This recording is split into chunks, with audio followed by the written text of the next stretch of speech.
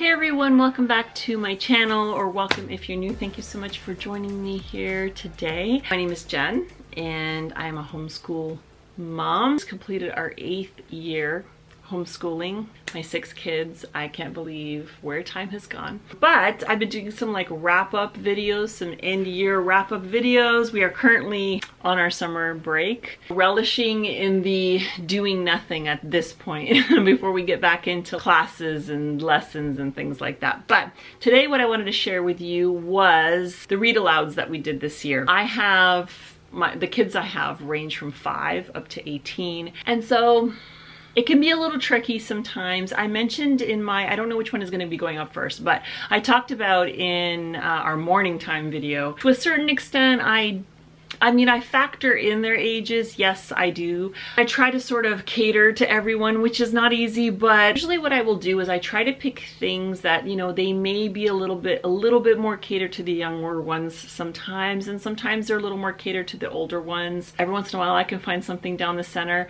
but all in all, throughout the entire year, I would say there's something for everyone. And really it's about the time that we have together, to be honest with you, and just continuing to cultivate a love of reading in my kids. A lot of you have been here for a long time, but my kids absolutely adore reading, and I would say that, you know, doing read alouds with your kids, no matter how old they are, first of all, I love it, but I think especially if you start it from the start, because again, I do have older kids, but because we've been doing it for so long, it's just like it's normal to them, you know, and I think at the end of the day, we all enjoy it. So I'm gonna try to make this quick because my last video was not quick and I was running out of disk space. I am going to start, because I have a ton of these, with the Who Was series of books.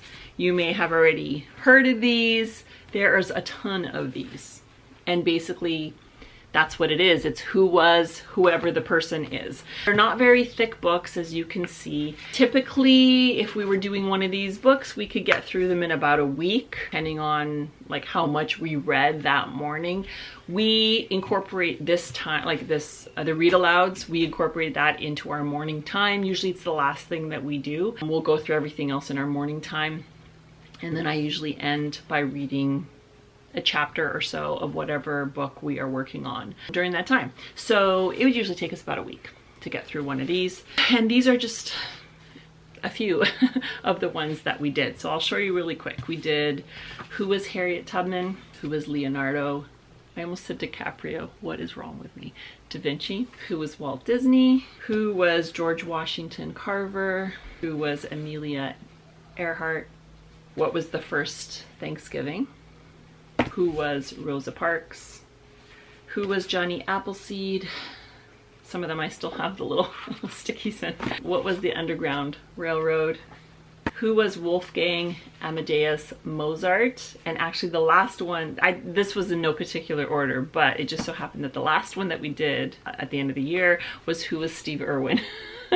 Because we have been watching on Discovery, the documentary thing they have, the series they have on the Irwins. So my kids have been like really enthralled in that. And so I thought it would be fun for them to learn a little bit more just about who Steve Irwin was. I used to love that show, Crocodile Hunter, when it was on. Don't judge me, I used to love that show. So we read those. Another like series, I guess, that we read was The Wild Robot and The Wild Robot Escapes. This was like a fun, this is, I mean, I don't know, is this middle grade? Young middle grade, you know, like younger. No, middle grade, yeah. These were just like fun books, and that's what I mean. I would kind of switch up between books like that, biographies and things like that, and then some just like fun chapter books. We did read both of these, not in a row. They were just like a fun series. If you just want something lighthearted and fun, everybody did enjoy it though. There were some funny parts in here that we all kind of laughed about, and the story was fun. I mean, honestly, to be honest with you, it got a little emotional. It got a little,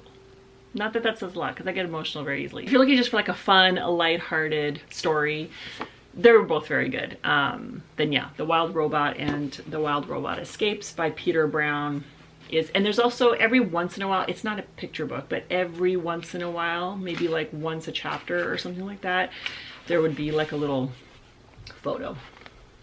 So that was fun. And then another one we did, we read the One and Only Ivan.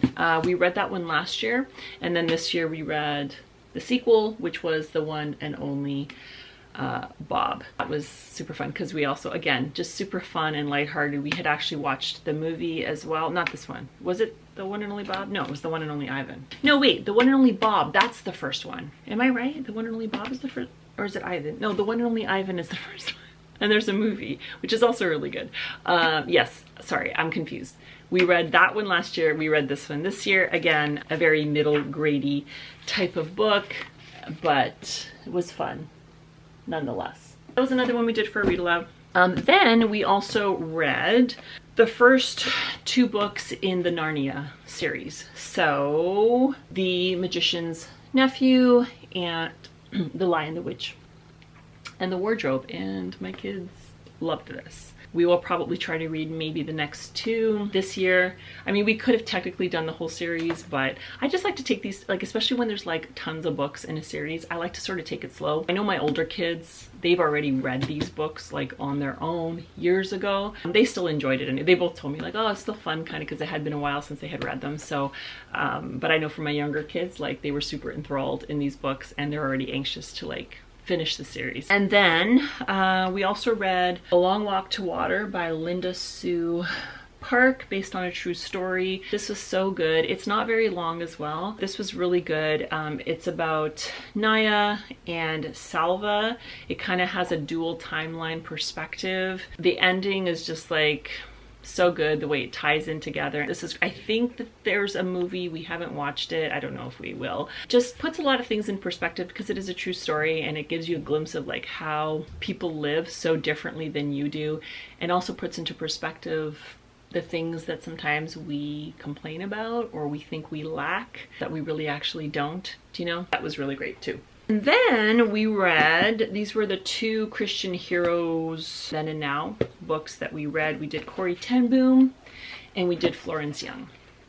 And this is also a series that has like a ton of books in it, and these are basically just different missionaries and just their stories, how they came to be where they came to be, the struggles they went through, the ups and downs of what their life entailed. And it's so inspiring. Sometimes it's hard to read, you know, because you're just like, wow, like the things that people have gone through in their lives, and just how we think sometimes that we are being, I don't know, persecuted, for lack of a better word. And then you read about people like this who really had to put their faith on the line and stay strong, and really makes you think. So these are always books that I treasure because it brings a lot of topics to the forefront. We discuss a lot of things, and I think it's important to talk about it, you know, as Christians as well. So yeah, those were the 2 that we did this year. We also read Esperanza Rising by Pam I'm not gonna say that, Munoz